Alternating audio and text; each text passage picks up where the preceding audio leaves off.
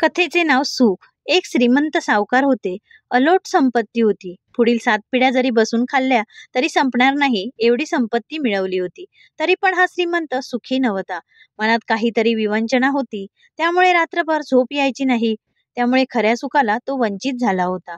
त्याने प्रत्येकाला विचारले, मी काय करू म्हणजे या विवंचनेतून मी सुटेन आणि मला सुखाची झोप लागेल.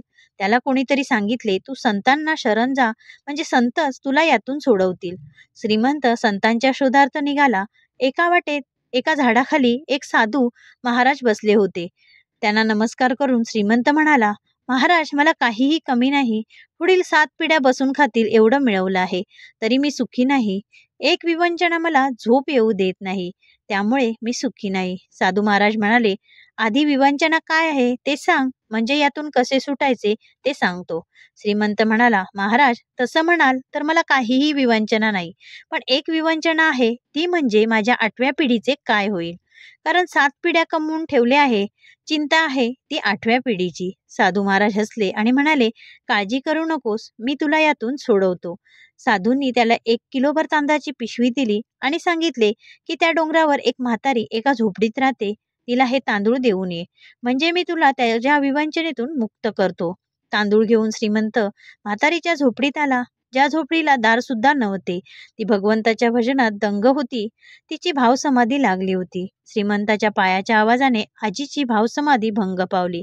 तिने वर बघितले आणि म्हणाली, का आलास रे बाबा इथे. तो म्हणाला, म्हातारे, तुला तांदूळ द्यायला आलो आहे. हे घे, मग मी जातो. ती म्हणाली, का रे, तुला मागितले होते का. तुझ्यासमोर हात पसरला होता का. नाही ना, मग का आणलेस तांदूळ. ही पिशवी उचल आणि चालायला लाग.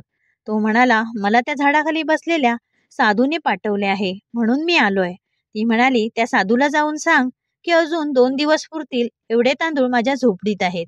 श्रीमंताने आपली अक्कल चालवली.